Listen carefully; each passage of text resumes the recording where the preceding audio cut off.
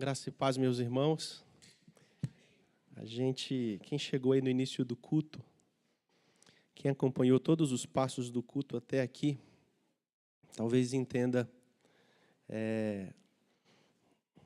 que tudo que a gente fez até aqui tem muito a ver com o que vai ser pregado hoje. Parece que foi até combinado.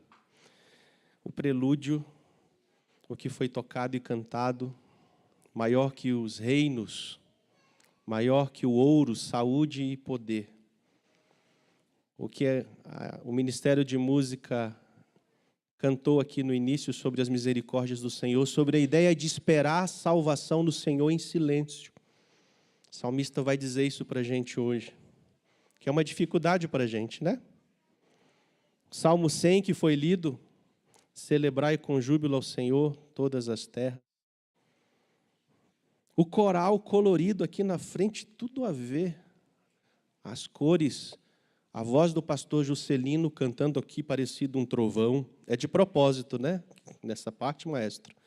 Os homens cantam parecido um trovão.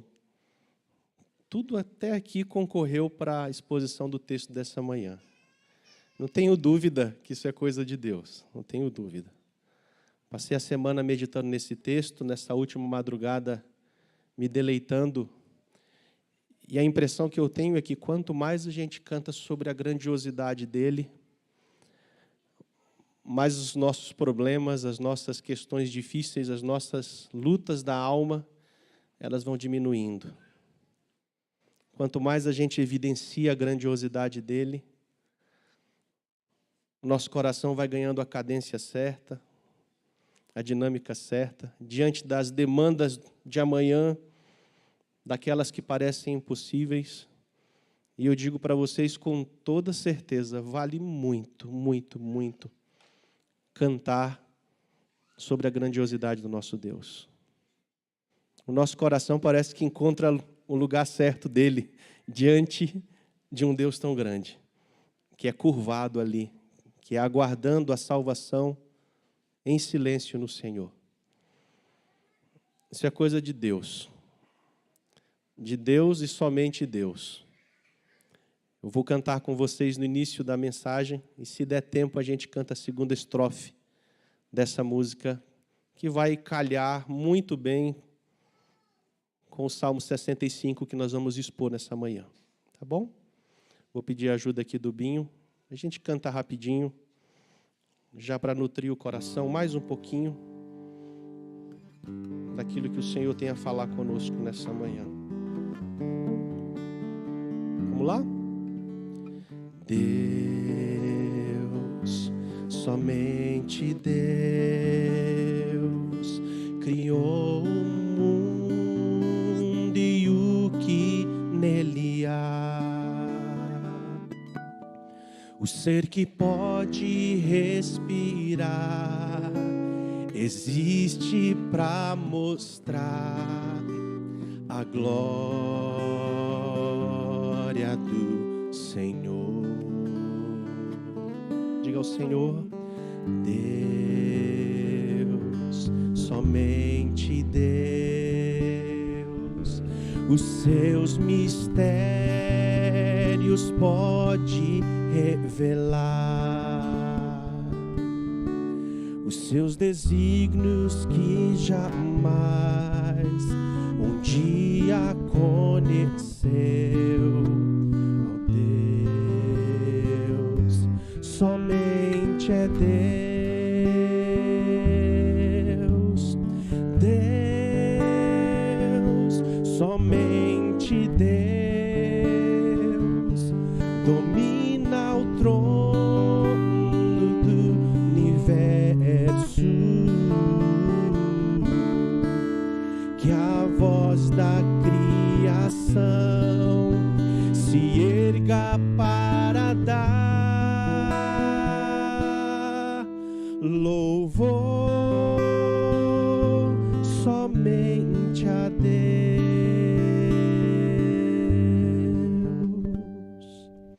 Obrigado. Salmo 65.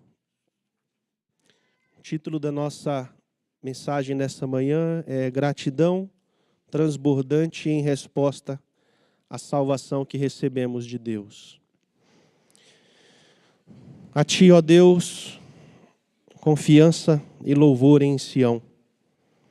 E a Ti se pagará o voto. Ó Tu que escutas a oração, a Ti virão todos os homens por causa de suas iniquidades. Se prevalecem as nossas transgressões, Tu nolas perdoas. Bem-aventurado, feliz é aquele a quem escolhes e aproxima de Ti. Graças a Deus por isso. Para que assista nos Teus átrios, ficaremos satisfeitos com a bondade de Tua casa, o Teu santo templo. Com tremendos feitos nos respondes em Tua justiça. Ó Deus, Salvador nosso, esperança de todos os confins da terra e dos mares longínque. Que por Tua força consolida os montes, cingindo de poder. Que aplacas o rugir dos mares, o ruído das suas ondas e o tumulto das gentes. Os que habitam nos confins da terra temem os Teus sinais. Os que vêm do Oriente e do Ocidente, Tu os fazes exultar de júbilo. Tu visitas a terra e a regas, Tu a enriqueces copiosamente. Os ribeiros de Deus são abundantes de água. Preparas o cereal, porque para isso a dispões, regando-lhe os sucos, aplanando-lhe as leivas. Tu a amoleces com chuviscos e lhe abençoas a produção. Coroas o ano da Tua bondade, as Tuas pegadas destilam fartura, destilam sobre as pastagens do deserto e de júbilo se revestem os outeiros. Os campos cobrem-se de rebanhos e os vales vestem-se de espigas, exultam de alegria e cantam. Quem tem acompanhado a exposição de Salmos dessa série desde o início do ano até aqui, tem percebido que nos últimos meses nós temos trazido um personagem em comum, quase sempre um pouco ansioso, um pouco angustiado, um pouco medroso, um personagem com uma certa desconfiança, um personagem que vem sofrendo por uma série de injustiças. Mas vocês também vão lembrar que esse personagem é sempre um personagem que está ali orando, adorando, suplicando e buscando socorro no Senhor. É muito possível, meus irmãos, que nessa série de salmos que nós temos tido nos últimos meses, você e eu tenhamos nos identificado aqui com um desses personagens ou com um salmo específico nessa manhã. É muito possível que você tenha se identificado com um salmo que trata sobre a justiça divina, quando algo está totalmente fora do seu controle. É muito possível que você tenha se identificado com um salmo que lhe ensinou a esperar a resposta de oração no Senhor diante de um cenário que era impossível aos seus olhos. É muito possível que você foi visitado por um desses salmos nessas manhãs e já teve a resposta desses salmos e hoje está aqui para celebrar o Senhor por isso. É muito possível que você lutou enquanto ouvia esses salmos para corrigir o coração, para não ultrapassar os limites permitidos do lamento e adentrar aí os muros perigosos da murmuração. É muito possível que nesses salmos você ficou aí entre a tensão para não esmorecer e perder a fé diante de um Deus que não age como o Deus desses que são pagãos. Deuses que muitas vezes sempre aparecem e sempre respondem às orações como se fosse um gênio da lâmpada. O nosso Deus não é assim, Ele é um Deus diferente. É muito possível que esses salmos nos forçaram a esperar de fato e aprender a depender mesmo do Senhor. É muito possível que esses salmos nos fizeram perceber que nós não sabemos esperar tanto no Senhor. Graças a Deus, porque os salmos são instrumentos de Deus para corrigir o nosso coração e nos fazer trilhar em segurança. Agora, depois de uma longa sessão de angústia, de vários salmos que o salmista se apresenta ali angustiado na alma, enfim, no Salmo 65, chega um salmo de bem-estar, um salmo de gratidão, um salmo de alegria.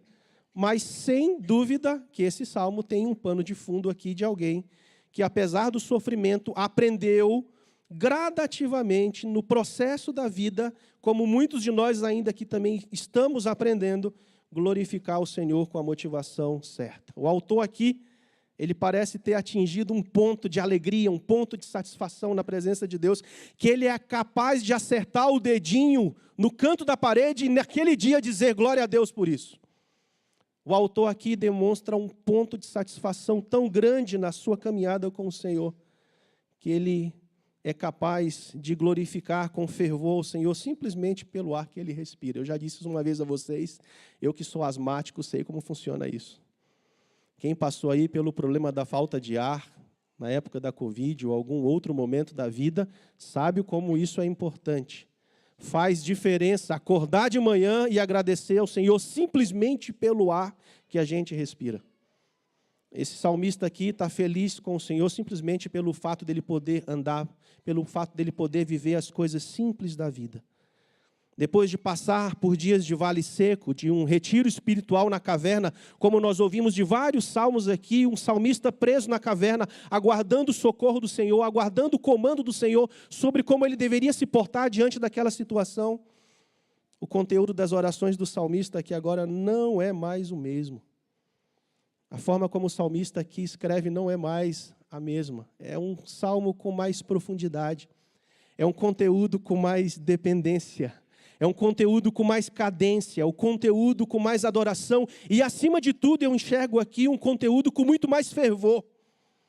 Eu vejo esse salmo aqui chamando a gente a repensar a nossa vida de fervor diante do Senhor.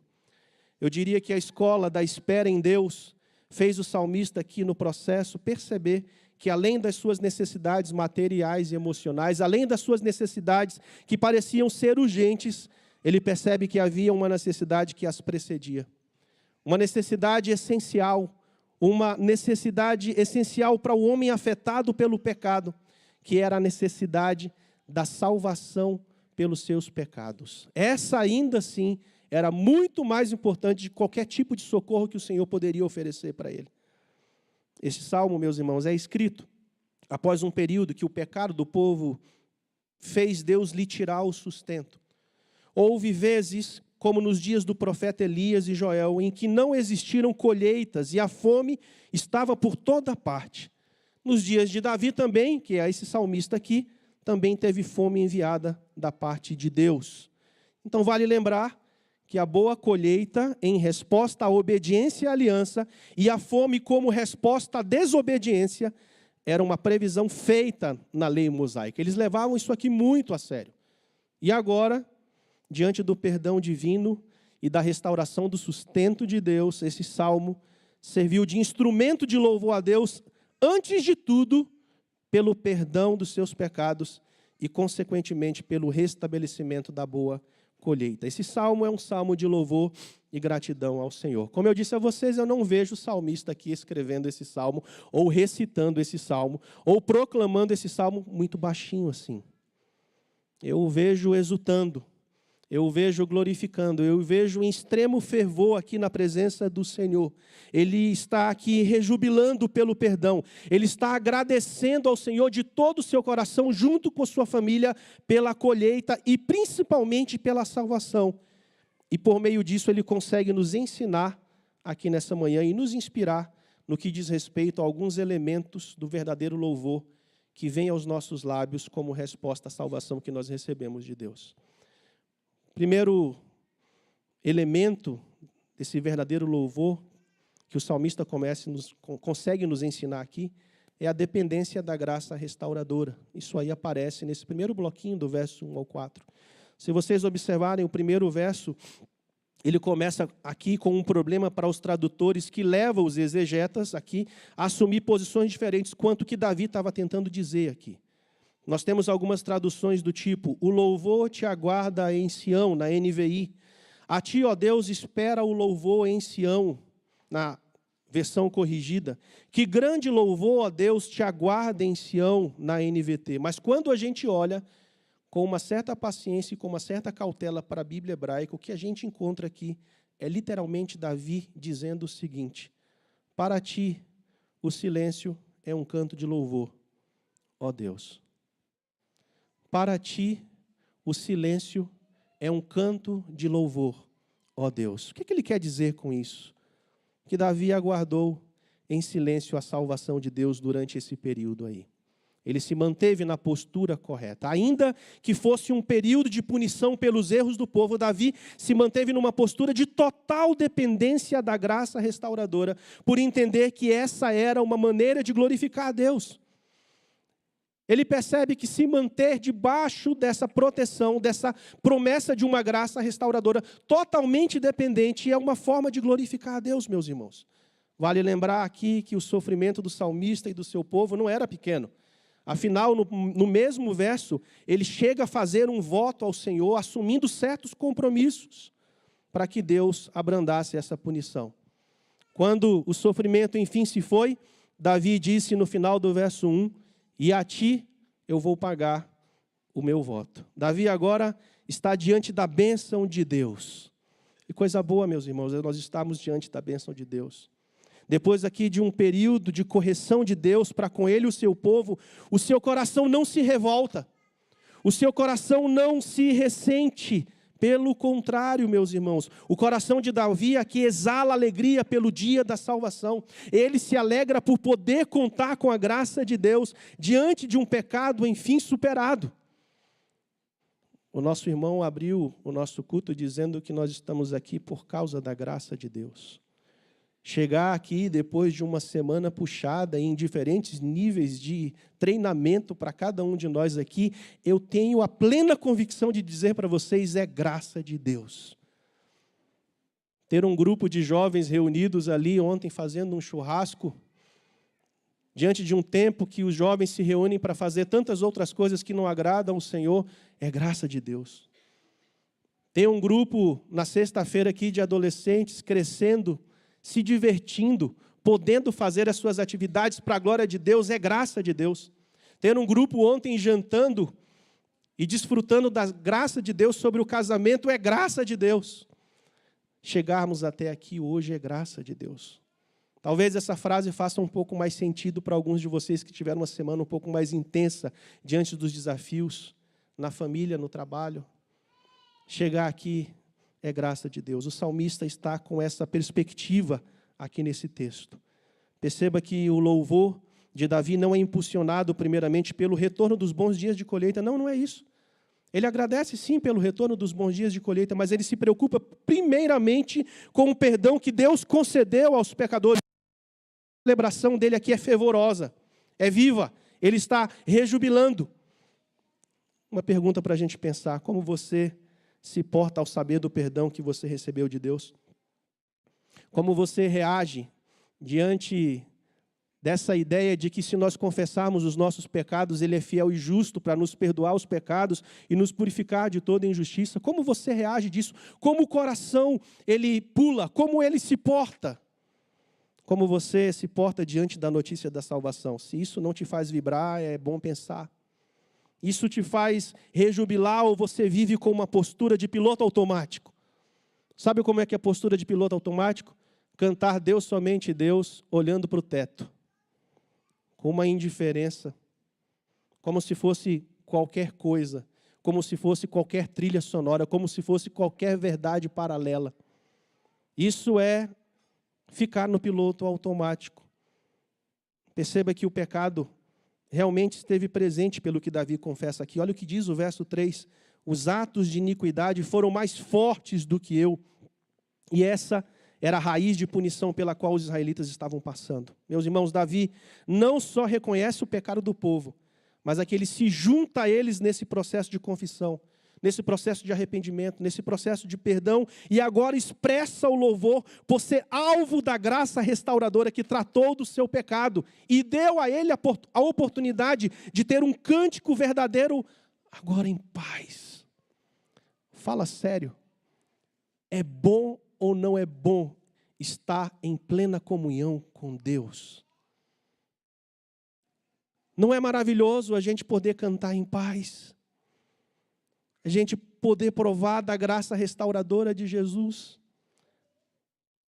A gente tocar com a consciência sã, entendendo o poder do sacrifício de Jesus que nos capacita a louvá-lo.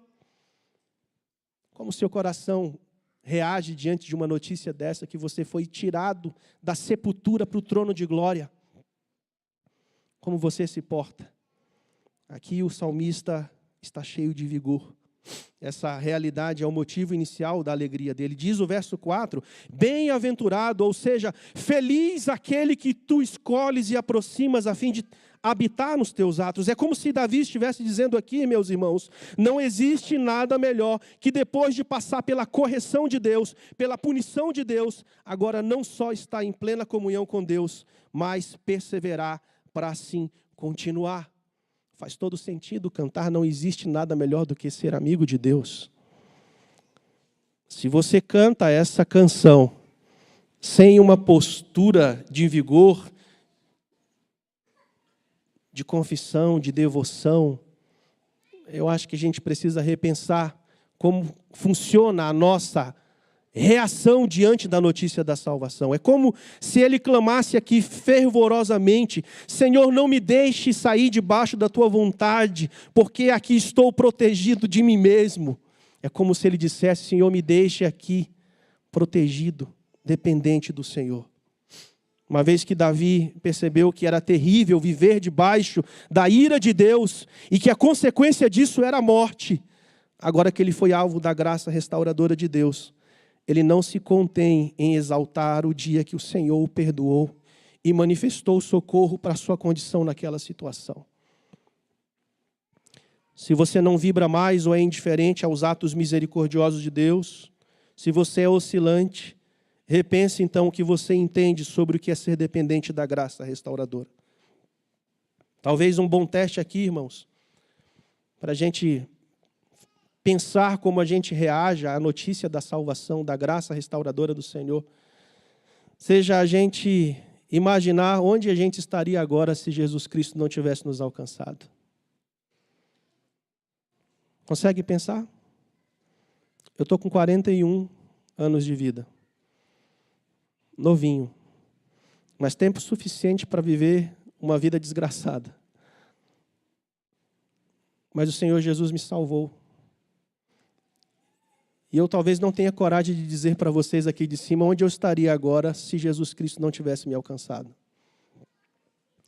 Quando eu penso nessa possibilidade de onde eu estaria agora, da minha condição sem Cristo, rapidamente o meu coração se curva diante do Senhor e agradece pela graça restauradora dele.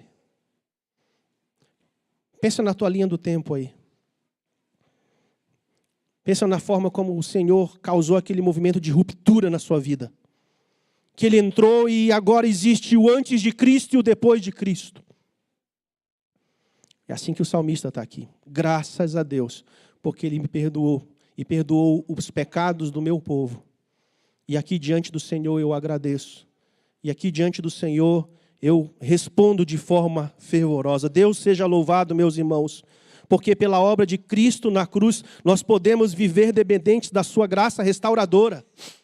Graças a Deus por isso. Deus seja louvado porque nós podemos aguardar em silêncio a sua salvação. Está aguardando o socorro do Senhor? Aguarde em silêncio. Aguarde em silêncio. Deus seja louvado porque a nossa força e segurança não dependem tanto da nossa agitação, mas muito mais do nosso silêncio e serenidade depositados no Senhor. Diante de uma sociedade tão barulhenta, talvez o Senhor esteja nos chamando aqui hoje para aguardar nele em silêncio. Porque Ele conhece, porque Ele é o nosso Criador e Ele é suficientemente responsável pelas nossas demandas. O segundo elemento aqui do verdadeiro louvor que vem aos nossos lábios como resposta à salvação que nós recebemos de Deus, que Davi consegue usar para nos ensinar e inspirar por meio desse salmo, é o temor ante a soberania de Deus. O segundo bloquinho aqui agora do verso 5 ao verso 10. A primeira parte do salmo fala do perdão de Deus como nós vimos. Nesse caso, o perdão de Deus aqui, a partir desse bloco, foi visto na reversão das forças da natureza que estavam servindo de punição para a colheita do povo. Com a sua voz, agora Deus ordena que a terra volte a dar frutos e o povo seja beneficiado como sinal da sua aliança. Parece que isso me remete lá ao texto de Gênesis 1. Disse Deus, haja luz, e houve luz. A poderosa voz de Deus. Agora aqui, maravilhado com os grandes feitos do Senhor, o salmista se curva, o salmista reverencia o Senhor, ele adora o Senhor e se porta com uma postura profunda de adoração e de contemplação. Eu quero destacar aqui essas duas palavras. Uma postura de adoração e uma postura de contemplação diante do Criador dos céus e da terra. Ele diz no verso 5 assim, Tu nos respondes com feitos temíveis. Ó Deus da nossa salvação, ó esperança de todos os confins da terra e dos mares distantes. Nos versos 6 e 8, ele completa enaltecendo o poder e controle de Deus sobre a criação, incluindo agora os grandes poderes da natureza, como a firmeza das montanhas e a força dos mares. Esses dias eu estava voltando da escola, deixei o Samuel cedo na escola, e vocês sabem que aqui em Brasília nós temos a oportunidade de, há alguns dias, ver algumas pinturas de Deus, ao amanhecer e ao entardecer. Não é verdade? Voltando, diante de tanta agitação do meu coração, parei numa padaria aqui próximo da 310, estacionei o carro e olhei para uma tela pintada, irmãos. Lá no fundo, aleluia. Como eu disse a vocês, os meus problemas fizeram assim, Aguarda em silêncio. O meu coração foi levado ao Salmo 121, onde o salmista pergunta, eleva os meus olhos para os montes e me pergunto de onde me virá o socorro. A resposta estava na tela. O meu socorro vem do Senhor que fez os céus e a terra. Eu estou tentando elucidar para vocês aqui, porque o homem pós-moderno talvez ele não consiga mais enxergar esses elementos como o homem dessa época aqui enxergava. Isso me leva ao texto lá de Mateus 8, do verso 23 ao verso 27, quando Jesus olha para aquele mar revolto, onde talvez ele estava dizendo para os discípulos, se eu estou dormindo, eu estou querendo comunicar uma coisa para vocês. Para que essa agitação? Homens de pequena fé, vocês já me viram curar isso, expelir demônios, fazer milagres e milagres. É sério que vocês não sabiam que eu sou o Criador dos céus e da terra? Ele olha para aquela situação e diz o quê, irmãos? Acalma-se, mar e vento. Diz o verso 27 que olha para aquilo e os discípulos eles ficam maravilhados. Os discípulos ficam perplexos diante do Criador. É assim que esse salmista se encontra aqui. O salmista, ele tem uma postura de adoração e contemplação, que culmina numa explosão de louvor. Aqui eu abro um parênteses para a gente pensar um pouquinho sobre essa questão da contemplação. Já perceberam que a nossa geração quase não contempla mais o Senhor? O homem pós-moderno, o homem contemporâneo, ele se automatizou, irmãos. A gente não precisa esperar mais muitas coisas, a gente não precisa depender tanto, porque a gente consegue resolver os nossos dilemas da vida num clique nisso aqui, nesse celular. A gente aqui resolve o problema da fome, resolve o problema da saúde, resolve todas as nossas demandas num clique. Eu tenho a impressão que o homem pós-moderno não sabe mais esperar no Senhor, e eu começo falando por mim. E quando a gente não espera a salvação do Senhor em silêncio, a nossa tendência é fazer besteira. É ficar agitado. Ou é ficar paralisado. O homem pós-moderno se automatizou. Esperar para quê? Orar para quê? Contemplar o quê? Sofrer para quê? Perceba que se perguntássemos ao nosso contemporâneo, talvez aí sobre o lugar do seu refúgio, qual é o lugar do seu refúgio? Facilmente, ele responderia que é a sua casa, porque o homem contemporâneo perdeu a noção de Deus como seu refúgio. Salmo 90, verso 1, o salmista diz que o Senhor tem sido o meu refúgio de geração em geração. Mais que o refúgio externo, o refúgio da alma, onde só Ele consegue ter acesso. Sabe, o resultado disso em longo prazo, eu fiquei pensando, o que acontece isso com 30, 40 anos sendo colocado em uma geração, Um homem que se desespera mais rápido, está explicado porque nós vivemos no mundo de tantas pessoas desesperadas. Um homem que se precipita mais rápido, está explicado porque nós vivemos muitas precipitações. Um homem que se angustia mais rápido. Uma geração de crianças e de adolescentes que tem doença de gente grande.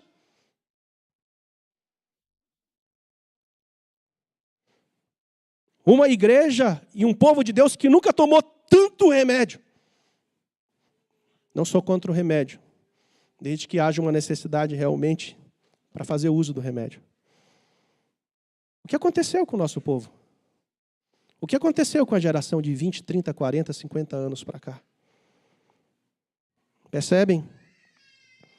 Que nós temos pais e mães ansiosos, aqui vale para os pais, eu me incluo nisso aqui. Qual o reflexo disso diante dos nossos filhos? Pais e mães ansiosos gerando filhos ansiosos. Pais e mães que não contemplam o Senhor, gerando filhos que recorrem em primeiro lugar aos recursos humanos. Pais e mães que oram menos, gerando filhos que são mais inseguros ou impulsivos.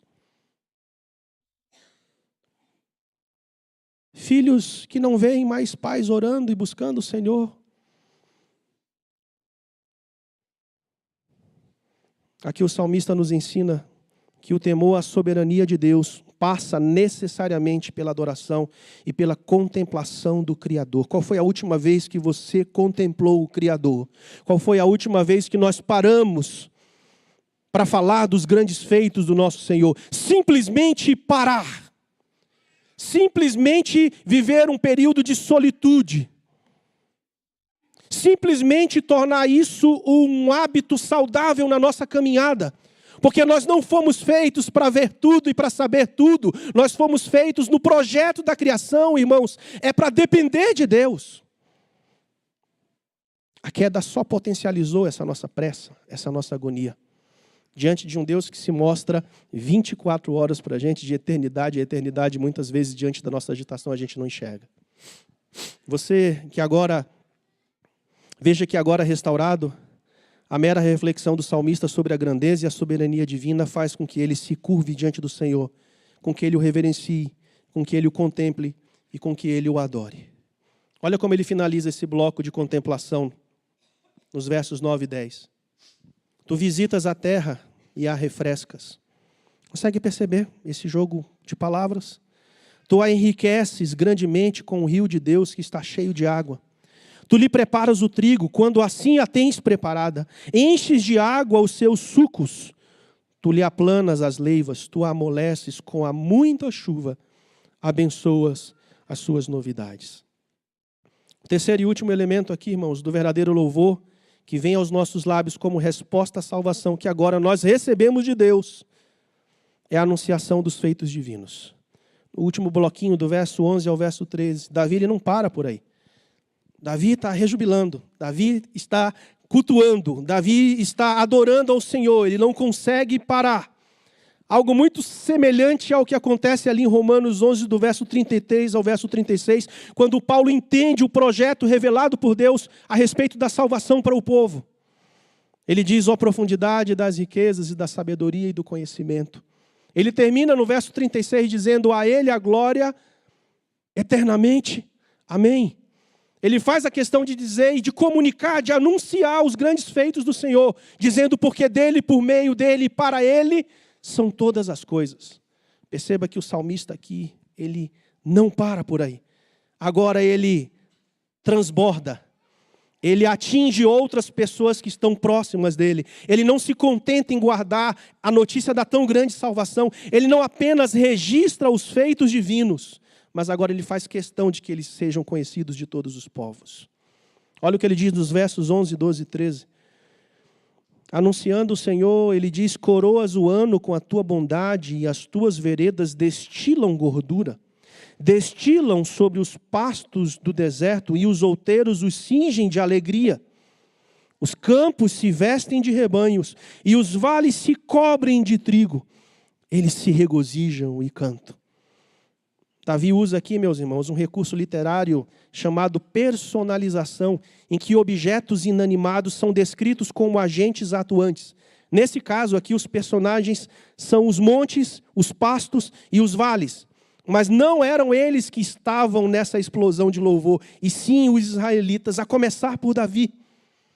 Eu diria a vocês aqui, meus irmãos, que aqui nós temos quase que um momento de evangelização. Seria como se fosse uma exortação a nós, crentes do Novo Testamento, para testemunhar com alegria as bênçãos espirituais que nós recebemos em Cristo. Agora que a terra aqui foi visitada pela bênção de Deus, ele sente-se instigado a declarar em alta voz que o seu Deus pode também visitar outras terras. E da mesma forma que Davi anuncia a salvação, cabe a nós anunciarmos apontando para Jesus Cristo.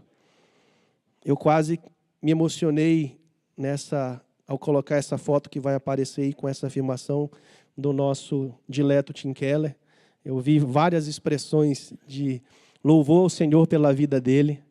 E ele diz o seguinte, no seu livro Ministérios de Misericórdia, ele diz que o reino de Deus é a visita do seu poder régio que cura toda a maldição do pecado.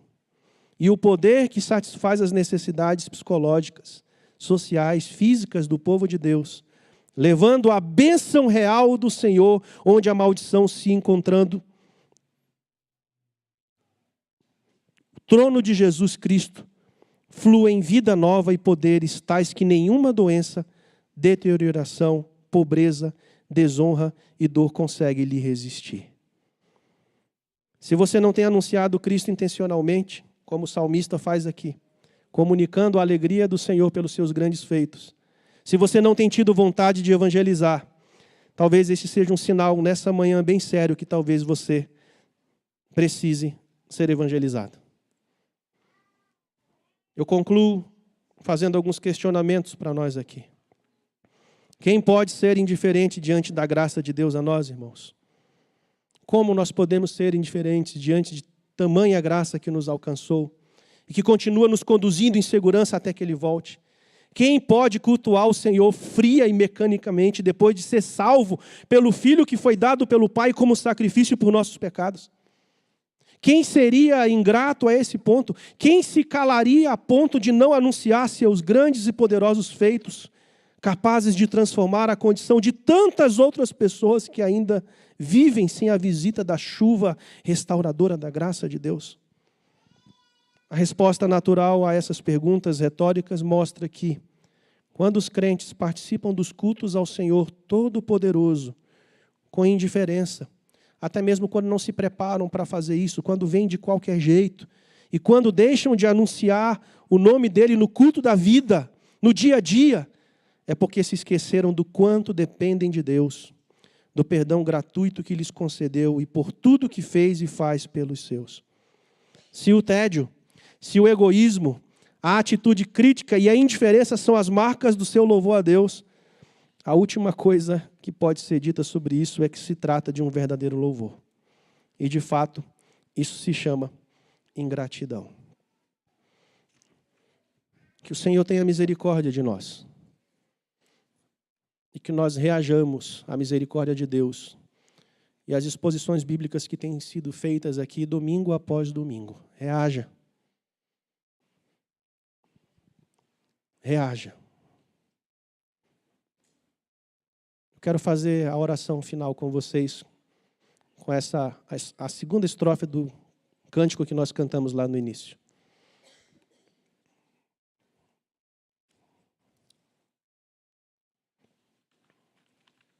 Não sei como você cantou lá no início, mas depois dessa exposição, eu peço misericórdia ao Senhor para que nós tenhamos condições de cantar isso, Ele com devoção, com dependência, com louvor. E lembre-se, à medida que você canta sobre a grandeza de Deus, os nossos problemas se colocam nos seus lugares. E a gente consegue sempre aguardar a salvação em silêncio no Senhor. Vamos lá? Segunda estrofe. Deus,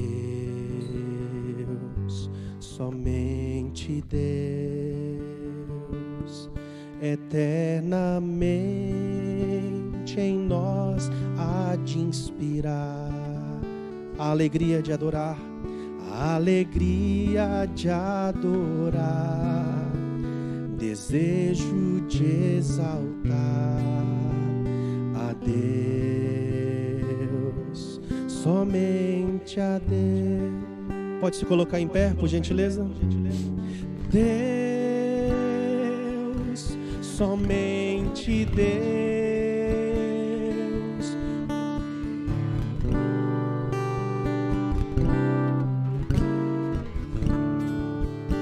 Você está diante dos reis, nós da criação.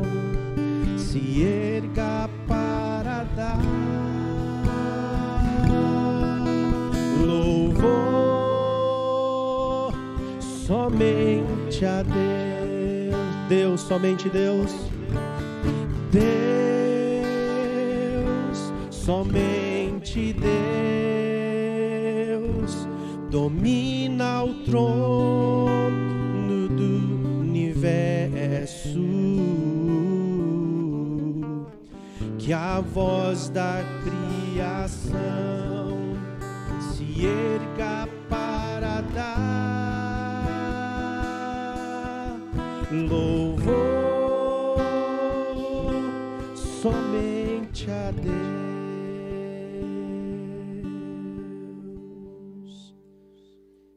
A graça do Senhor Jesus Cristo e o amor de Deus e a comunhão do Espírito Santo sejam com todos vós, hoje e até que Ele venha para nos buscar. Amém.